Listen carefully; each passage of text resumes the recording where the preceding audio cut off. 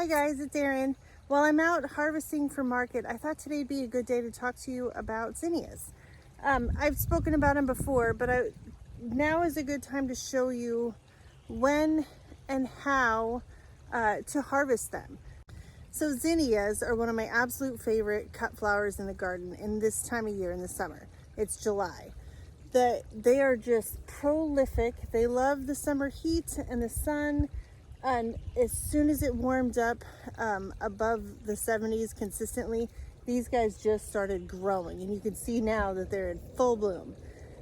I grow zinnias in the field at 9-inch spacing.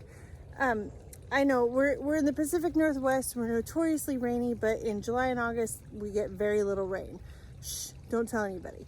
It's usually beautiful and mostly sunny with only a few days of rain here and there throughout the summer. And these guys absolutely love it. Some years we don't get hot enough for them to be quite as robust because these guys really love the heat. But this year and the last few years, they've been really good. We've had just the right amount of heat, just the right amount of moisture. These are all on drip irrigation, as is everything else in the field. They're 4-inch beds.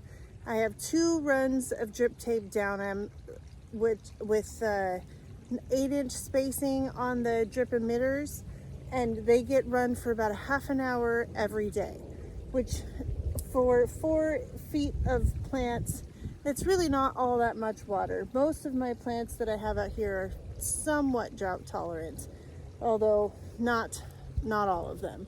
Some of them struggle a little bit when it gets really hot, but zinnias love it.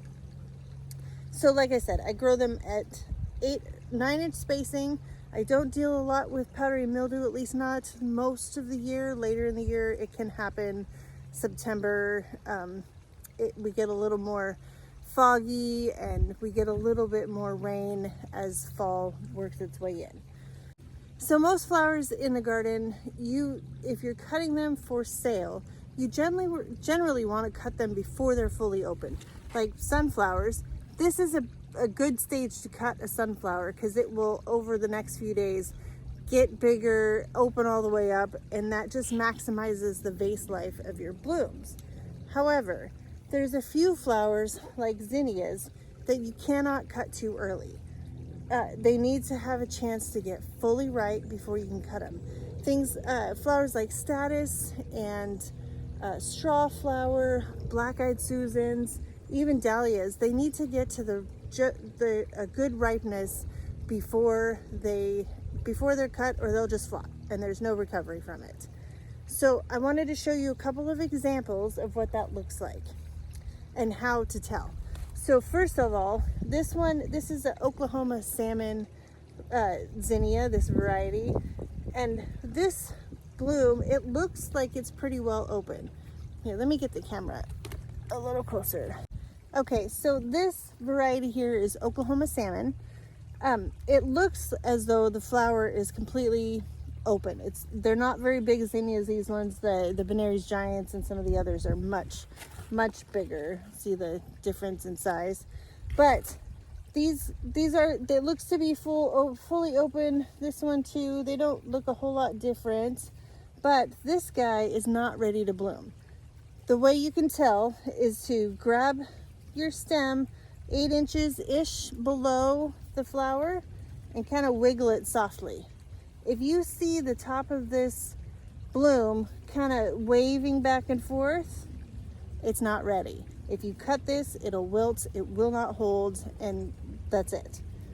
This guy back here, however, who looks nearly the same, is ready. When I do that same motion, it just moves with the flower, with the stem. If you can see the difference between the two, this one's kind of floppy, this one just moves with the stem.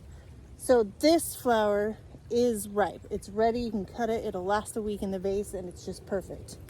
So the other thing to know about zinnias is, like I said, that they're cut and come agains. So the more you cut them, the deeper you cut them, the more longer stems you're gonna get. So when I'm cutting a zinnia, see, this one's not ready, this one is, I usually go kind of like dahlias, if you can see. I always go, there's always a first set of leaves that's up close to the stem. There's one more here, and then I'm gonna cut down below that. And down below, and that's a decent length. This plant is kind of short yet, but as it grows, this couple stems deep will get even longer. It's a decent one for sort of a small bouquet. Let me show you another one. So this stem I cut earlier. There was the first set of leaves, second set of leaves, and then I cut down below. And just like this, just like the dahlias, from that spot way down low that it was cut, here, let me pull it down just a little further.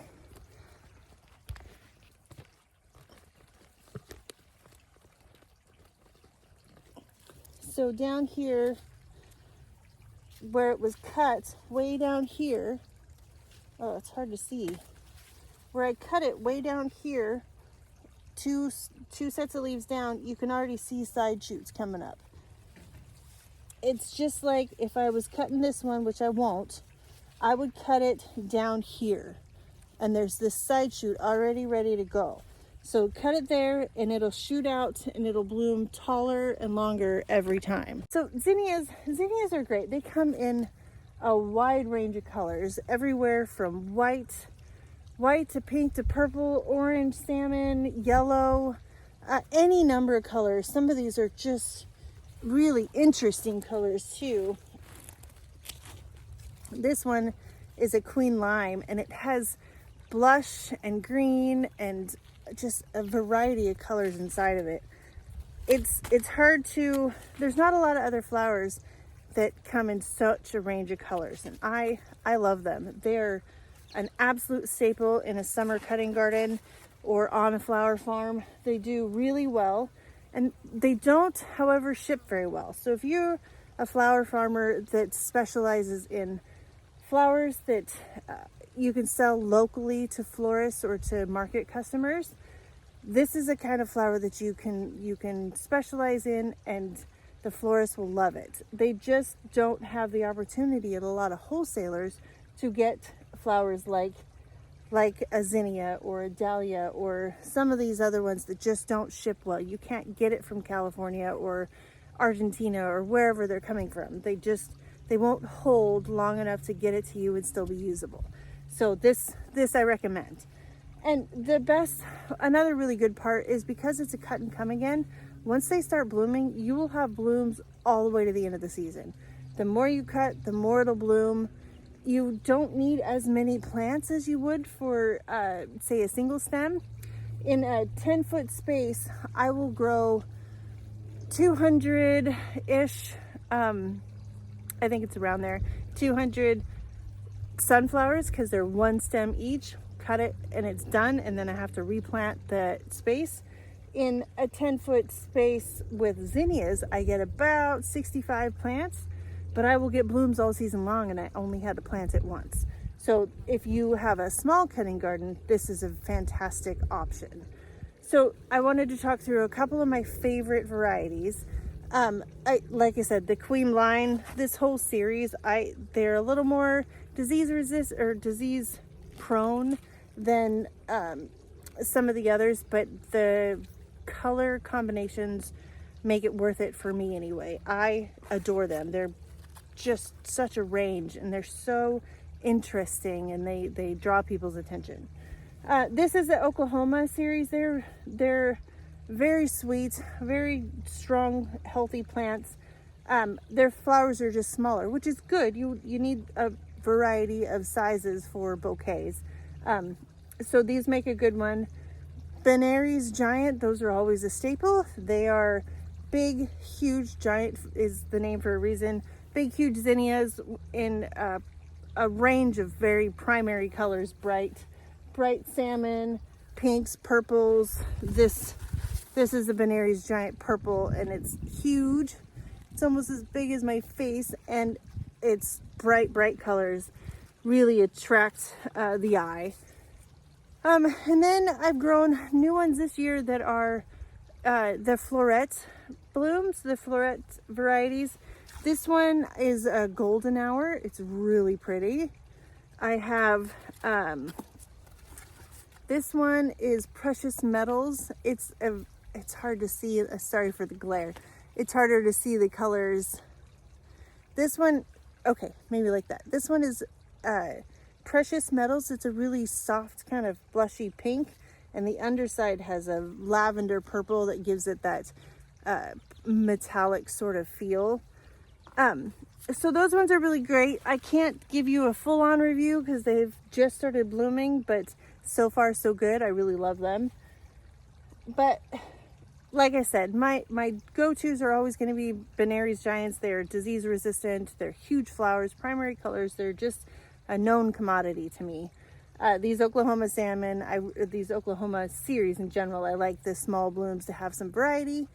The Queen Lime series is always my favorite. Just the colors, the color combinations are just so unique that I love them more than all the others.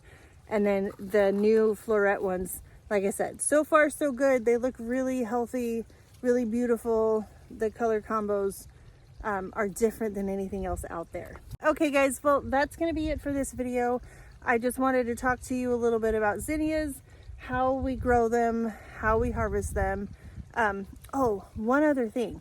Make sure that you don't put these in a cooler. If you are like me and you're cutting flowers for market, but you put them in the cooler to let them hydrate and chill, don't do that with zinnias. They don't like the cold. They don't like the cold at all in any way.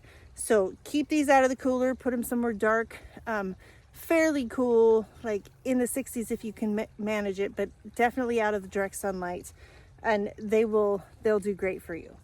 Okay, so that's gonna be it. I hope that you enjoyed this. I hope you learned something. It's the best time of year for zinnias, July, August. They're absolutely perfect, at least in our Zone 8B garden. If you like this video, hit the thumbs up, like button. If you haven't subscribed, I hope that you consider it, and then I'll see you in the next video. Bye guys.